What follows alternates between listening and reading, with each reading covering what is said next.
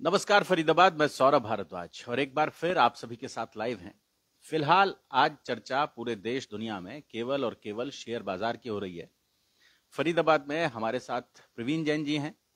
पिछले लगभग 4 दशक से शेयर बाजार के साथ जुड़े हैं, ट्रेडिंग करते हैं, इन्वेस्टर हैं, लोगों को भी जोड़ते हैं शेयर बाजार के साथ। उनके साथ बातचीत करेंगे और समझने की कोशिश करेंगे कि ये जो ब्लैक मंडे आज कहा जा रहा है ये क्या है और कैसा इसका प्रभाव रहने वाला है। लेकिन उनके साथ हमारे साथ और मौजूद हैं। अक्षत जैन हमारे साथ मौजूद हैं, वो भी पापा के साथ ही होते हैं। शेयर का चार्टर्ड अकाउंटेंट हैं वैसे बाय प्रोफेशन, लेकिन शेयर में भी बहुत ज्यादा दखल रखते हैं। शेयर बाजार में बात करेंगे। जी जैन साहब नमस्कार। नमस्कार जी, नमस्कार। आज जी आपका प्रश्न? हमारा सवाल वही कि ये जो बाजार गिरा है आज कितने 2200 पॉइंट गिरा है। ये अमेरिका के टैरिफ लगने के कारण से गिरा है और इसका ओवर रिएक्शन हुआ है, उस कारण से बाजार गिरा है। इस बाजार में ऐसे मौके पे कुछ खरीदारी के मौके भी मिलते हैं जिसका इफेक्ट अमेरिका के बाजार पे नहीं पड़ना, ऐसे कई शेयर होते हैं। तो ये मौका भी है और बाजार आगे पीछे कभी भी सेटल डाउन हो जाएगा और ज़्यादा घबराने की कोई ज़रूरत नहीं है।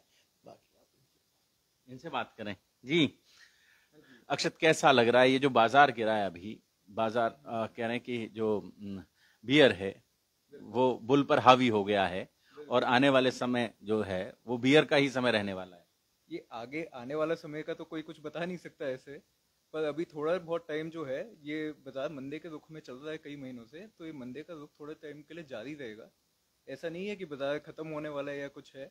बाजार में जब भी मंदा आता है तब हमेशा यही लगता है कि बाजार खत्म हो जाएगा, पर जब बाजार खत्म हो जाएगा तो देश की इकोनॉमी खत्म हो जाएगी। ऐसा कुछ भी नहीं है, इसमें कुछ घबराने का होता नहीं है। ये साइक्लिकल चीज़ है, जैसे तेजी आती है वैसे ही मंदे भी आते हैं और ये मंदे के दौर भी झेलने पड़ते हैं, तभी तेजी का लाभ उठा सकते हैं। पूरा आज जितने शेयर लिस्टेड थे बहुत सारे लाल लाल दिख रहा था, सब जगह लाल लाल दिख रहा था। बिल्कुल बिल्कुल, काफी शेयर्स लाल ही थे, ज्यादातर शेयर्स ही लाल थे। अपना बाजार करीबन 2200 पॉइंट के करीब गिरा, निफ्टी करीबन 700 से 800 पॉइंट गिरी थी। तो ऐसे में जब जहाज डूबेगा तो नाव तो सारी डूबती ही है। तो कैसे कैसे लगता है अक्षत, कितने दिन रहने वाला है ये, अगर हम बात करें तो? इस चीज को सिर्फ प्रिडिक्ट करना कि कितने दिन रहेगा, ये तो कोई भी प्रिडिक्ट नहीं कर सकता। मार्केट में जब ये अनसर्टेन सर्कमस्टांसेस होते हैं तो इनका पीरियड कितना रहेगा वो आइडिया नहीं लगाया जा सकता। पर कोई लॉन्ग टर्म इन्वेस्टर है जैसे जो निवेश कर रहा है लंबे अवधि के लिए, तो उनके लिए बाइंग की अपॉर्चुनिटीज होती है। उनको 10 साल आगे का सोचना है, उनको 2-4 महीने से फर्क नहीं पड़ता है। मंदड़ियों के लिए ये समय है, तेजड़िए तो ठीक है, लेकिन जी जैन साहब। मेरे हिसाब से ऐसे कई सेक्टर है, जैसे पावर सेक्टर है, होटल सेक्टर है, इनको कोई अफेक्ट किसी तरीके का नहीं पड़ना अमेरिका के उससे। तो ऐसे शेयरों में आप कमरों में अमेरिका क्या मतलब ना पावर से कोई रिलेट है कि यहाँ से पावर अमेरिका जानी है, कुछ नहीं जानी। तो ऐसे कई मौके और कई शेयर अच्छे मिल जाते हैं जिसको आप इस टाइम अकुमुलेट कर सकते हैं लंबे टाइम के लिए। जी साहब, आपने तो इतने लगभग 40 साल का आपका एक कैरियर है ये, और बड़े सम्मान से लिया जाता है फरीदाबाद की इंडस्ट्री में, फरीदाबाद के शेयर मार्केट में बड़े सम्मान से नाम लिया जाता है। इन 40 सालों में बहुत सारे उतार चढ़ाव देखे होंगे। हाँ जी, बहुत देखे हैं मैंने। 11-12 भारी तेजी मंदी जीवन में देखी है और कभी भी हमने जीवन के अंदर कभी संतुलन नहीं खोया, कभी ओवर काम नहीं किया। इसलिए हमारे को इन चीज़ों से कोई ज़्यादा फर्क लंबा चौड़ा पड़ता नहीं है और आगे पीछे फिर वापस चीज़ें ठीक हो जाती है। तो अभी क्या सलाह देना चाहेंगे आप लोगों को, क्या करें लोग इस समय?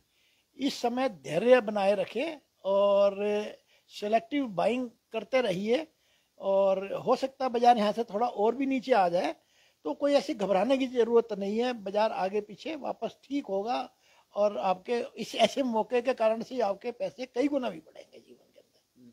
लेकिन अभी जैसा अक्षत बता रहे थे कि जो लोग लॉन्ग टर्म के लिए इन्वेस्ट करते हैं, लेकिन बहुत सारे लोग तो सुबह से देख रहे होते हैं आज मैंने बाजार में इतने कमा लिए। इंट्राडे लोग करते हैं, रोजमर्रा खरीदते बेचते हैं, रोज ही खरीद लेते हैं बेच देते हैं।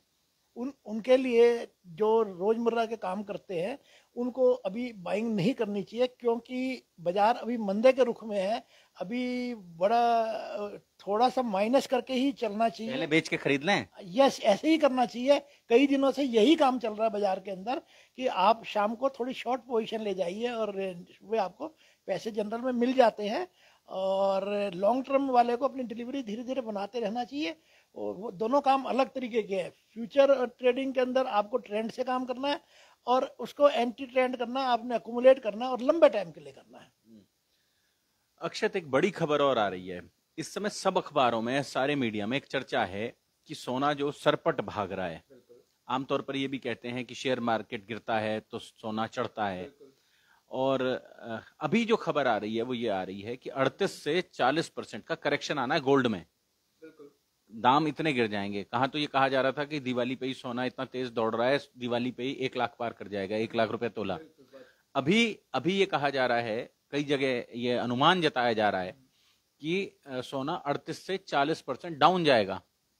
सर 38 से 40% एग्जैक्टली कितना जाएगा उतना बताना मुश्किल है, पर गोल्ड में पिछले 1.5 साल में लगभग 60 से 65% की तेजी आई है और ये वन साइडेड तेजी रही है बाजार में। तो जब भी बाजार में वन साइडेड तेजी रहती है, बाजार को एक करेक्शन का मौका चाहिए होता है।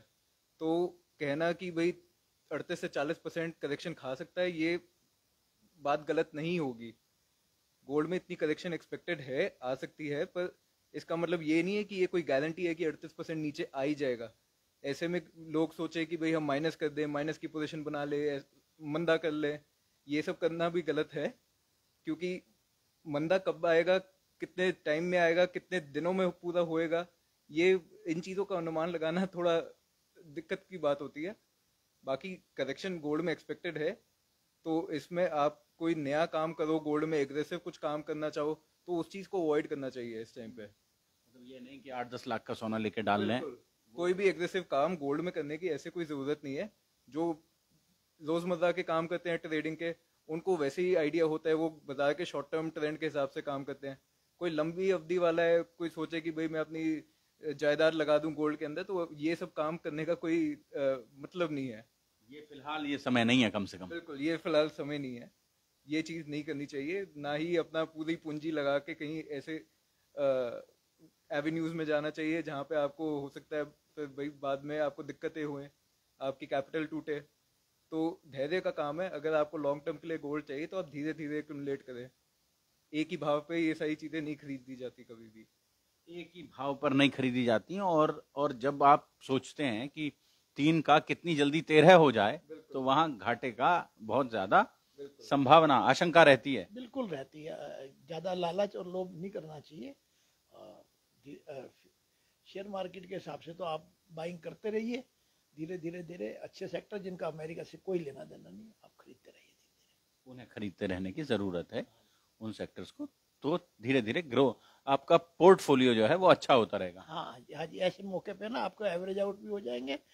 ऐसे सेक्टर के अंदर, फ्यूचर के अंदर तो एवरेज आउट करना बहुत गलत काम है कि कभी भी एवरेज आउट नहीं करना चाहिए लॉस के अंदर।